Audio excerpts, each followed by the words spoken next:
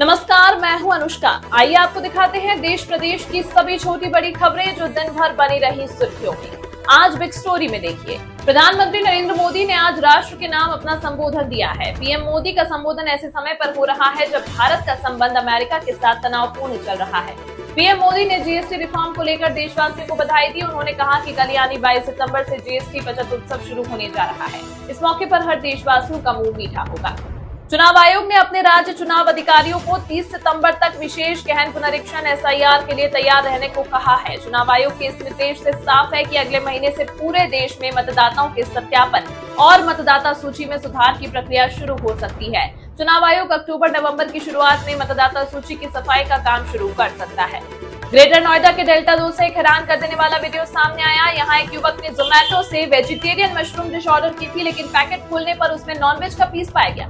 युवक ने इस घटना का वीडियो बनाकर सोशल मीडिया पर पोस्ट कर दिया, जो अब तेजी से वायरल हो रहा है। युवक ने जोमेटो और संबंधित रेस्टोरेंट के खिलाफ शिकायत दर्ज कराई है। यूपी के लखनऊ में भीषण सड़क हादसा हुआ। लखनऊ के थाना कैंट क्षेत्र में देर रात कमान हॉस्पिटल के सामने एक तेज रफ्तार थार ने रिक्शा को जोरदार टक्कर मार दी। इस हादसे में 2 लोगों की मौत हुई और 4 लोग गंभीर रूप से घायल हुए, जिन्हें ट्रॉमा सेंटर में भर्ती कराया गया। उत्तर प्रदेश में टीईटी अभ्यर्थियों को लेकर मुख्यमंत्री योगी आदित्यनाथ का बड़ा बयान सामने आया। टीईटी परीक्षा शुल्क बढ़ाने की तैयारी की अटकलों के बीच सीएम योगी ने अधिकारियों को निर्देश दिया है कि फीस न बढ़ाई जाए। मुख्यमंत्री ने कहा कि कोई शुल्क वृद्धि नहीं होगी। वहीं उत्तर प्रदेश के सीतापुर की सेवता विधानसभा क्षेत्र से बीजेपी एमएलए ज्ञान तिवारी ने खुले तौर पर पुलिस को धमकी दी। बीजेपी विधायक तिवारी ने कहा, पूरी चौकी को निलंबित करवा दूंगा, इसकी लिखित रिपोर्ट अभी भेजो।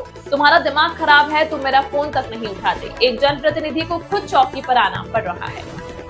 केंद्रीय मंत्री रामदास आठवले ने रविवार को विश्व हिंदू परिषद वीएचपी के उस परामर्श का विरोध किया जिसमें कहा गया था कि नवरात्र के दौरान गरबा कार्यक्रमों में केवल हिंदुओं को ही प्रवेश दिया जाना चाहिए। आठवले ने कहा कि इस तरह के आह्वान हिंसा को न्योता देने के समान है।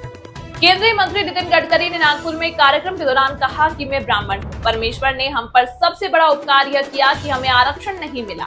अपने संबोधन में नितिन गडकरी ने मजाकिया लहजे में कहा, मैं हमेशा मजाक में कहता हूँ कि अगर परमेश्वर ने मुझ पर, जो मैं ब्राह्मण जाति का हूँ, सबसे बड़ा कोई उपकार किया है तो वो यही कि हमें आरक्षण नहीं दिया। महाराष्ट्र के डिप्टी सीएम एकनाथ शिंदे का एक्स पूर्व ट्विटर अकाउंट आज सुबह हैक हो गया। हैकर्स ने अकाउंट से पाकिस्तान और तुर्की के झंडे वाले पोस्ट शेयर किए। हालांकि कुछ समय बाद ये सभी पोस्ट अकाउंट से हटा दिए गए। महाराष्ट्र के उच्च एवं तकनीकी शिक्षा मंत्री चंद्रकांत पाटिल ने ऐलान किया कि राज्य के प्रमुख कॉलेजों में मार्च 2026 से पहले 5500 सहायक प्रोफेसर की भर्ती की जाएगी। नवरात्रि के दौरान दिल्ली में नॉनवेज की दुकानों को बंद रखने की मांग की जा रही है। इसके लिए जंगपुरा विधानसभा क्षेत्र से विधायक तरविंदर सिंह मरवा ने मुख्यमंत्री रेखा गुप्ता को चिट्ठी लिखी। वहीं पार्षद रामकिशोर शर्मा शकूरपुर में 22 सितंबर से 2 अक्टूबर तक कच्ची और पक्की नॉनवेज की दुकानों को बंद रखने की अपील दुकानदारों से करेंगे। रिटायर्ड बैंकर से 23 करोड़ रुपए की बड़ी ठगी। ठगों ने 1 महीने तक रखा डिजिटल अरेस्ट।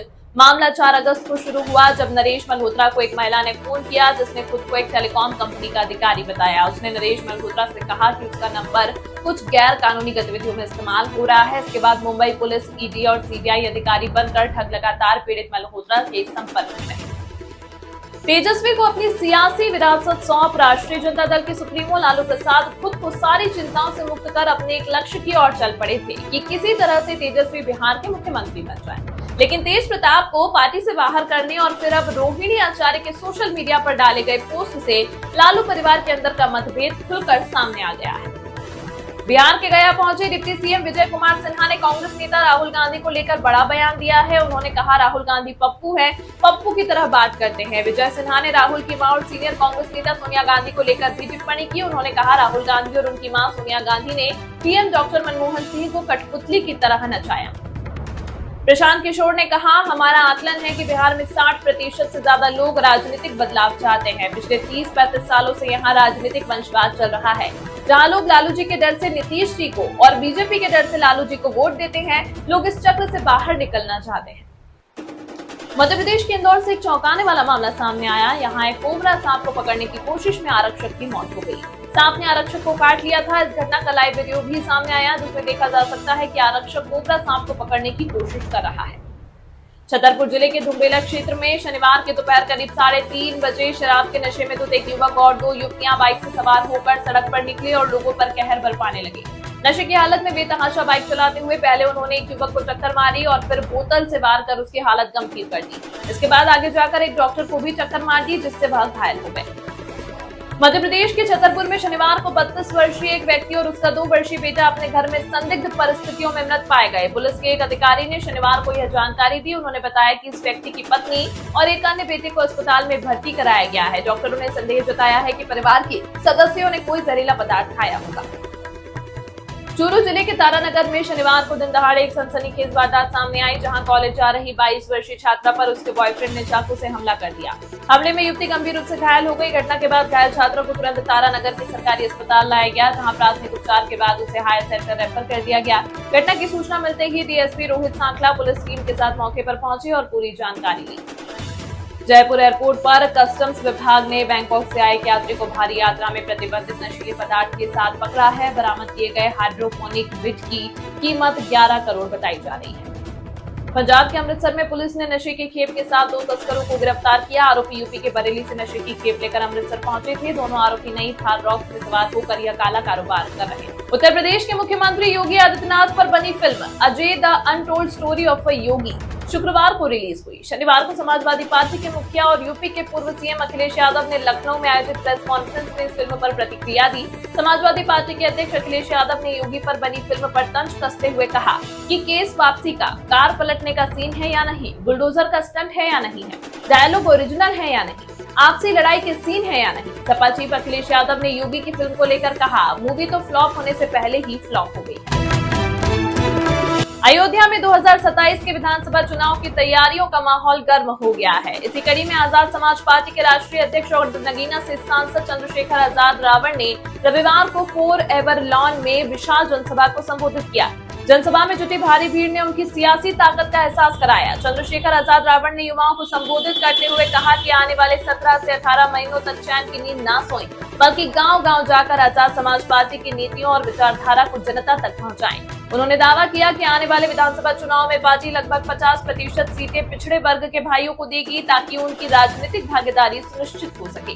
मीडिया से बातचीत के दौरान उन्होंने अयोध्या धाम रेलवे स्टेशन के विस्तारीकरण को लेकर सवाल उठाए। उनका आरोप था कि इस परियोजना में सबसे ज्यादा भूमि अनुसूचित जाति के लोगों की अधिग्रहित की गई है। ना तो उन्हें ढंग से मुआवजा दिया गया और न ही पुनर्वास की कोई व्यवस्था की गई। सांसद ने बताया कि अब तक 150 से ज्यादा मकानों को तोड़ा जा चुका है। चंद्रशेखर ने आरोप लगाया कि गरीबों की जमीनें औने पौने दामों में खरीद कर उद्योगपतियों को दी जा रही है। उन्होंने इसे भ्रष्टाचार और शोषण की पराकाष्ठा बताया और जनता से अपील की कि आने वाले चुनाव में इसका जवाब जरूर दें। हमीरपुर के जरिया थाना क्षेत्र के बोखर गांव की रहने वाली 50 वर्षीय ललिता पत्नी नंदराम की शनिवार रात हत्या कर दी गई। जानकारी के मुताबिक ललिता के पति चित्रकूट दर्शन के लिए गए हुए थे और वह घर में अकेली थी। शनिवार की देर रात अज्ञात हमलावर छत के रास्ते घर में घुसे और महिला के हाथ पैर बांध दिए। आरोपी की महिला का गला दबाकर हत्या की गई। सुबह करीब 7 बजे गांव वालों ने खिड़की से शव देखा तो सनसनी फैल गई। सूचना पर एसपी दीक्षा शर्मा, अपर एसपी मनोज गुप्ता और सीओ राजकुमार पांडे समेत फील्ड यूनिट मौके पर पहुंची और जांच शुरू की। पुलिस का मानना है कि हमलावर वारदात के बाद घर का दरवाजा बाहर से बंद करके फरार हो गए। शव को पोस्टमार्टम के लिए भेजा गया है। मृतका के भाई ने बताया कि शनिवार रात करीब 7-8 बजे बहन से फोन पर 22 मिनट तक बातचीत हुई थी। बहन ने कहा था कि खाना खा लेती हूँ, लेकिन सुबह देखा गया कि थाली में खाना वैसे ही रखा हुआ था।